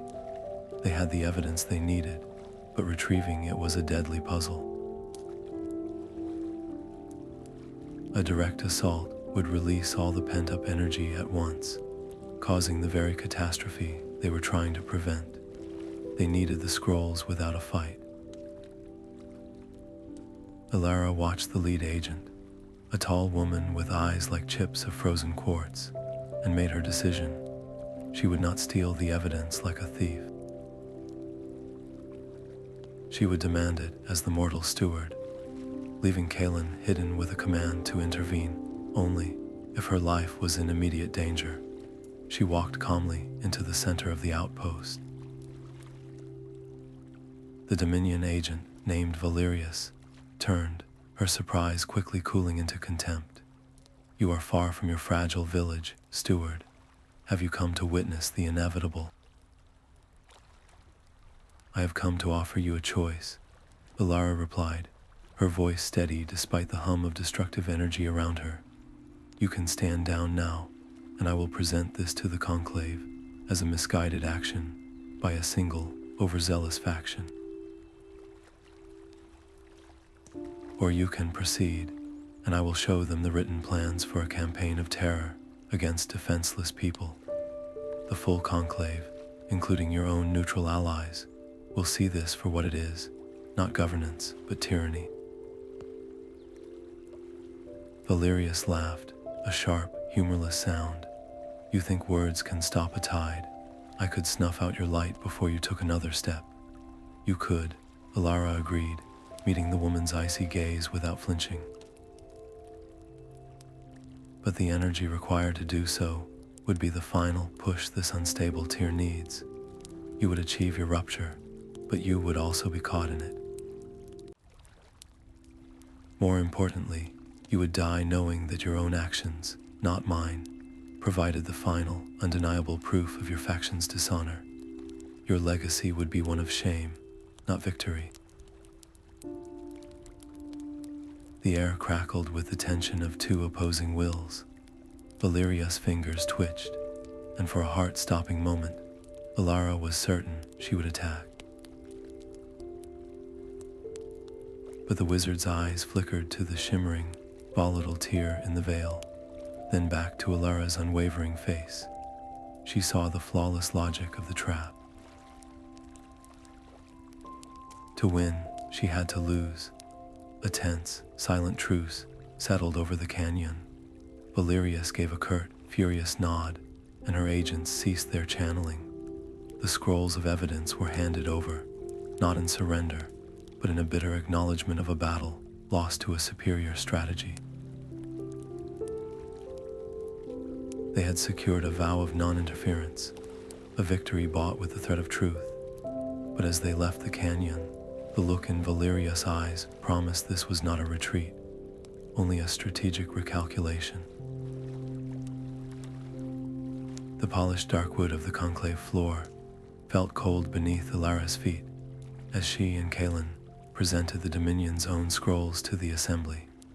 The evidence was irrefutable, a detailed blueprint for betrayal. The ensuing debate was not loud, but it was absolute, a quiet, chilling judgment.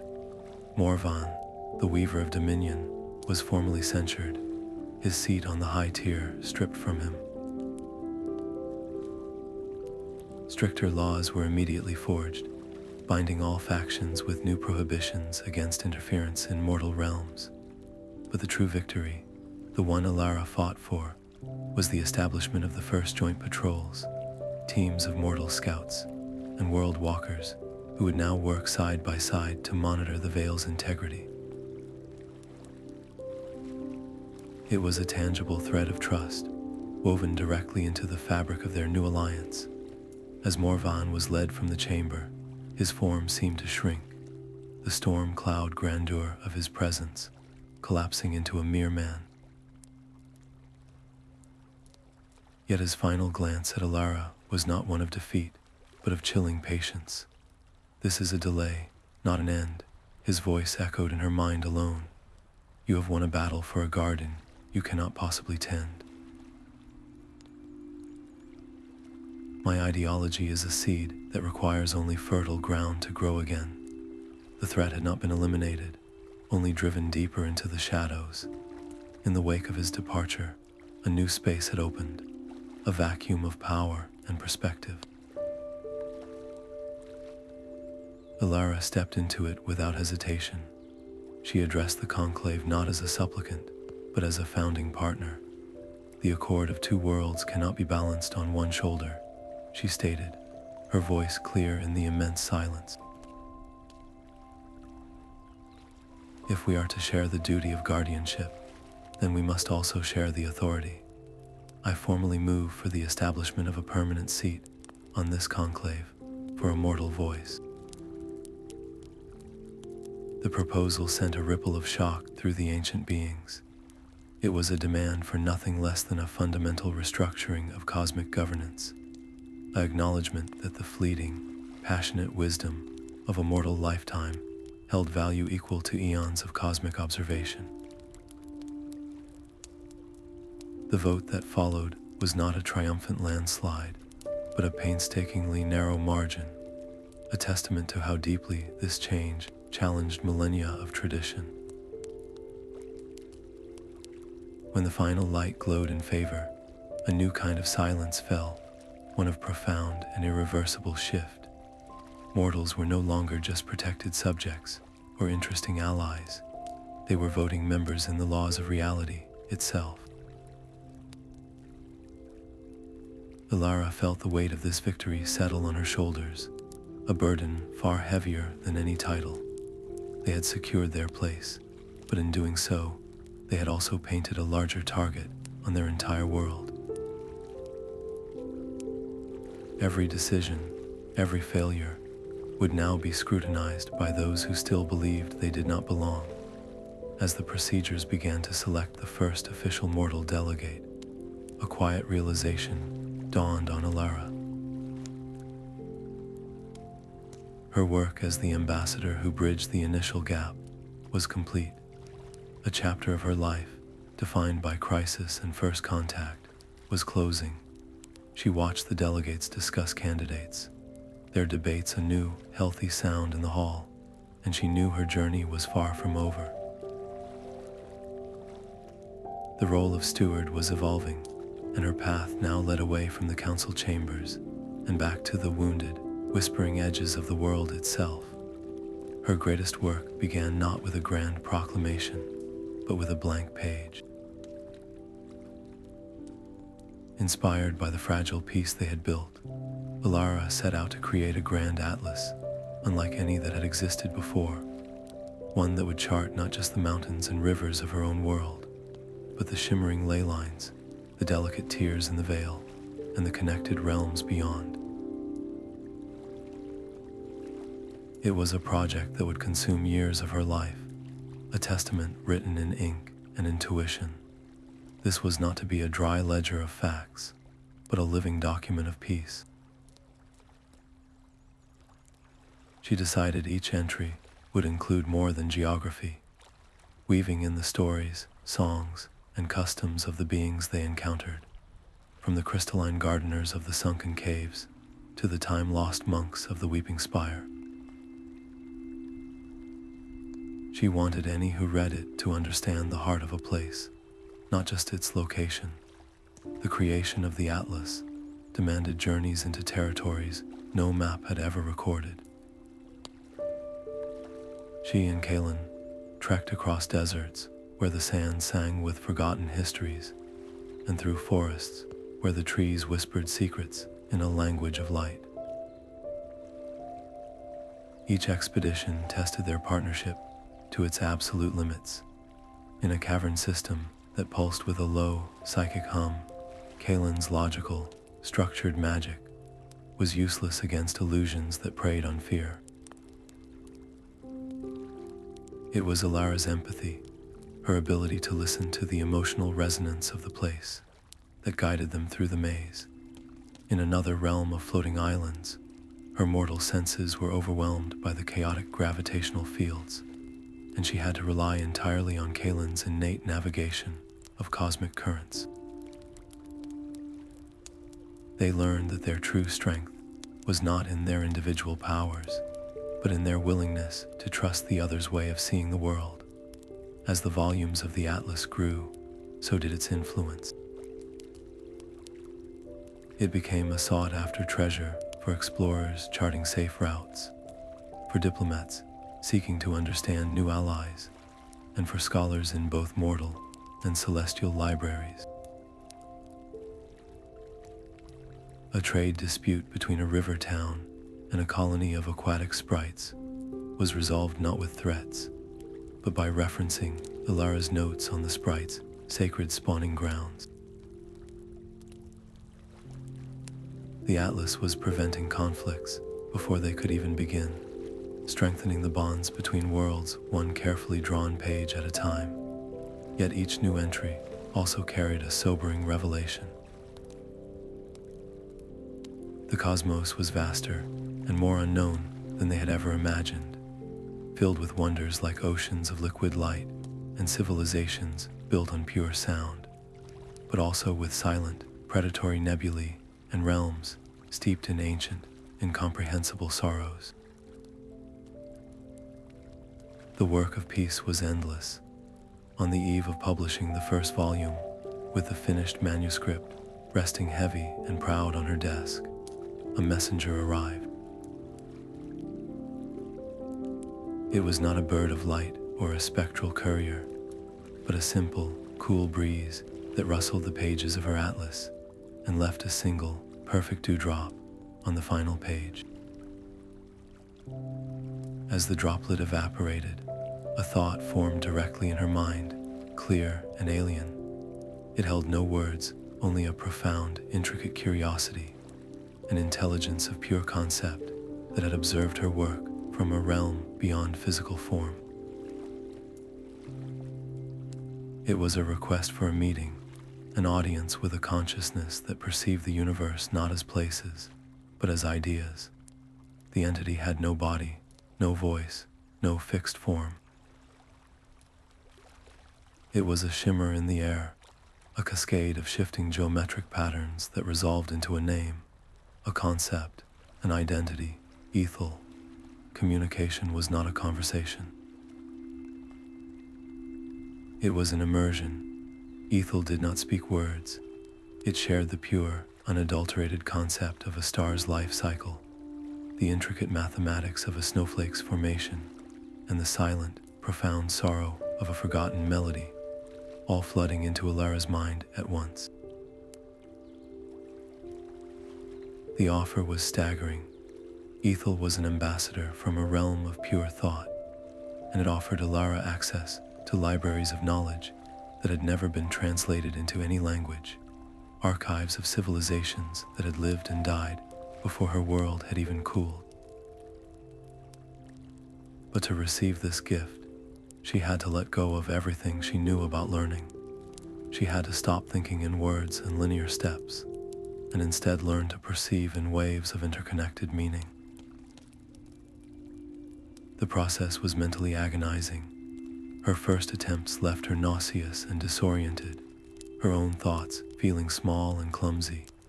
She would grasp a complex idea about gravitational fields, only to have the sensory memory of a color she had never seen flood her senses and wipe the understanding away. It was like trying to catch smoke with her bare hands.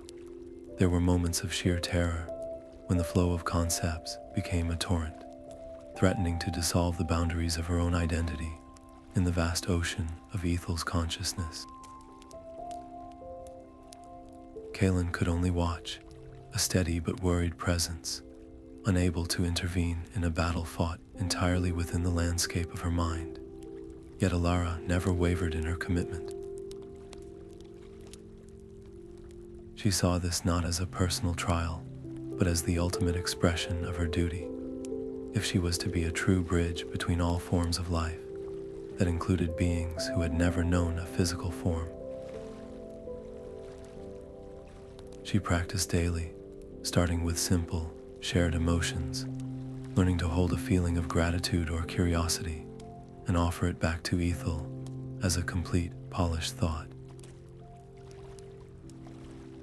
Slowly, painstakingly, she built a new faculty within herself, a mental muscle for conceptual exchange.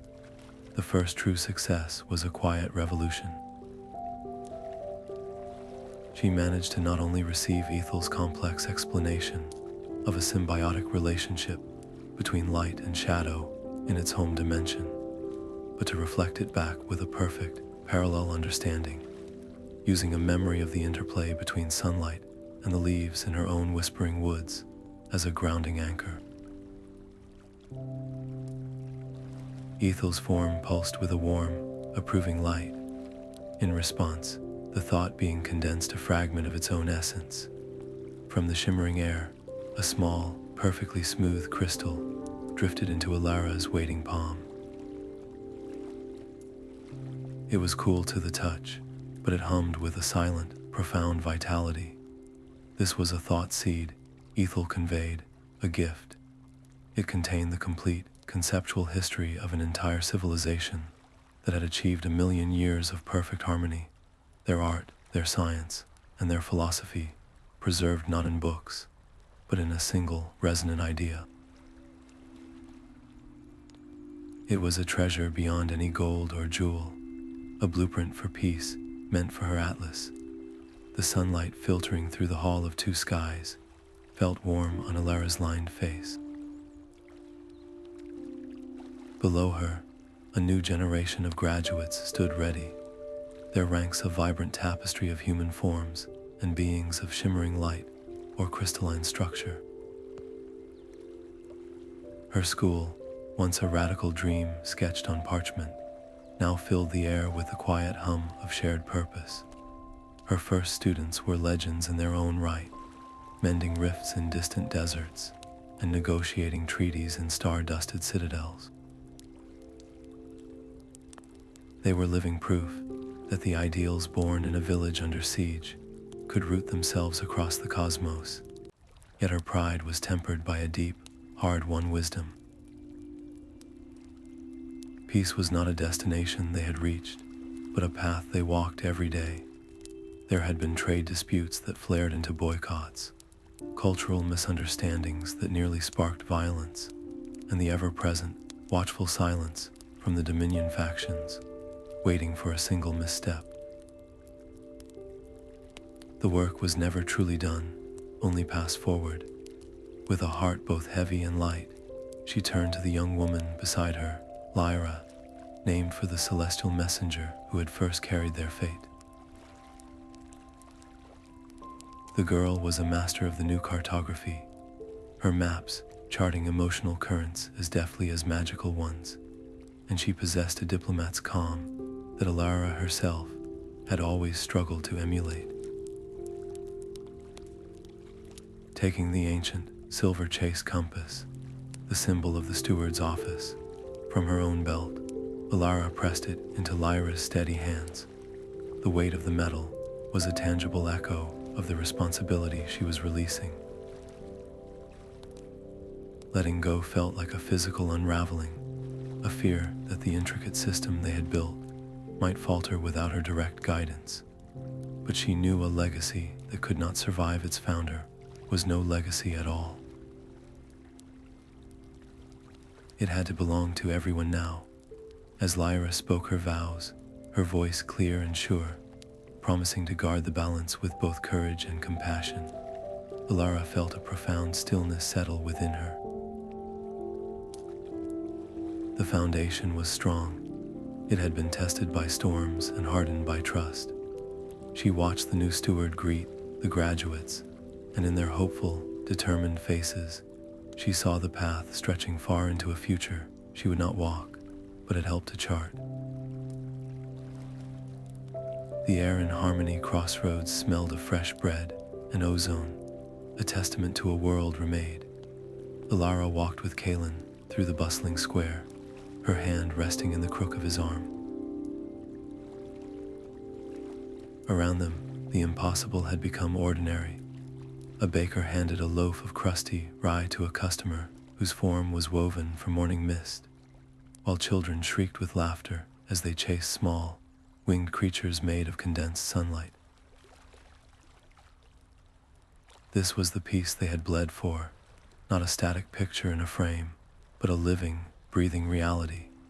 Their personal journey, born from a single act of defiance in a forbidden wood, had become the foundation upon which this new age was built. Their love for each other was inextricably woven into the fate of worlds, a quiet anchor in a universe of constant change. "Do you think it will last?" Elara asked, her voice soft, not with worry, but with a gentle curiosity. She watched a young Worldwalker patiently help a mortal child untangle a knotted shoelace with a subtle twitch of magic.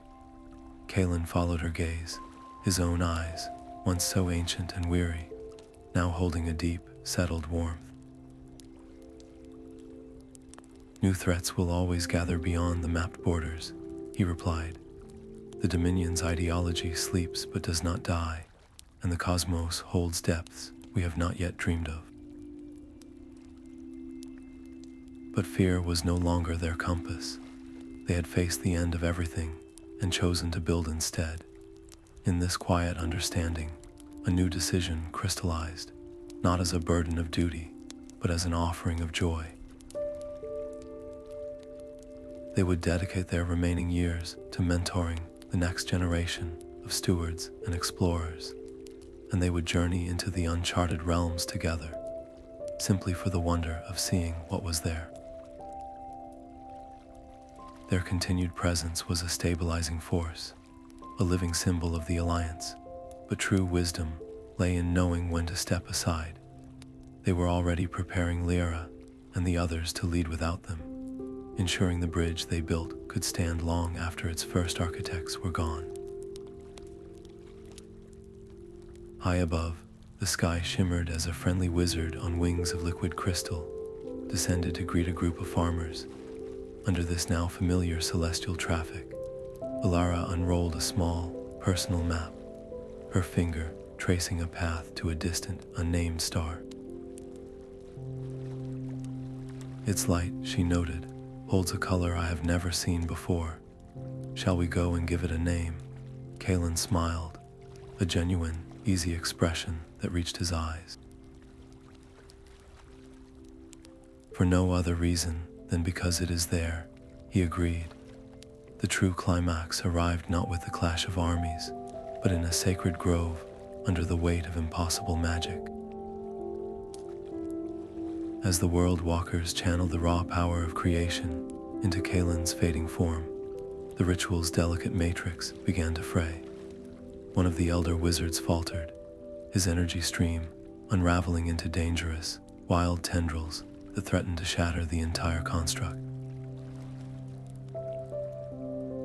The harmonious chord of power slipped into a grating dissonance, and with it, the last chance to anchor Kalin to life.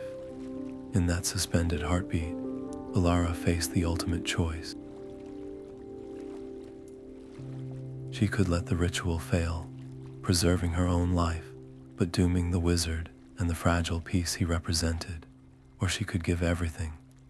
Without hesitation, she chose to pour her own essence into the faltering matrix. This was not a transfer of strength, but a transfusion of self. She gave her earliest memory of tracing maps with her father, her fierce hope for her village, her profound love for the whispering woods and the mortal world she called home. She offered the very substance of her being, her memories, her dreams, her compassion, weaving them into the cosmic energy to stabilize it. The moment her essence touched the matrix, it surged with a new, resonant warmth that was uniquely and powerfully human. The connection solidified, and the energy flowed true once more, culminating in a thunderous pillar of light that anchored Kalin fully to reality. But the cost was immediate and absolute. Elara collapsed, her body limp, her breathing all but stopped, her own light guttering on the edge of extinction. Her single, selfless act was the final, definitive proof of her journey. The curious apprentice who had once defied her elders for a glimpse of the stars had become the very heart of a new era, demonstrating that the most durable bridge between worlds is built not on power or knowledge, but on compassion and a shared, desperate hope for a better tomorrow. The twin suns dipped toward the horizon, painting the sky in shades of molten gold and soft violet. From their quiet hill, Elara and Kalin watched the lights of Harmony Crossroads begin to twinkle below, a constellation of earthly hearths and celestial magic mirrored in the darkening expanse above. His hand was warm and solid in hers, a permanent anchor after so many years of uncertainty. There were no grand speeches left to give, no worlds left to save in a single, desperate moment. There was only this profound, quiet contentment, the deep satisfaction of seeing a choice, made long ago, ripple outward into eternity. His arrival through the torn veil had been an accident, a cataclysm waiting to happen. Her choice to step from behind the oak roots and meet his gaze had been the first true stitch in a new tapestry. They had not conquered or demanded. They had simply offered a hand, and in doing so, had proven that the strongest bonds are woven from threads of mutual respect, not chains of domination. The legacy of the Wizards of the West was not one of power, but of partnership. It lived in every child who could name the stars in 2 languages, in every trade agreement that valued understanding over profit, in every shared effort to mend the delicate fabric of reality itself. Their story was a testament to the most radical courage of all, the courage to reach beyond the borders of the known, to trust a stranger, and to build a common future, not for one people, but for all. And as the last light faded, the world below them hummed with a peaceful, unified song, a melody that would echo far into the unwritten ages to come.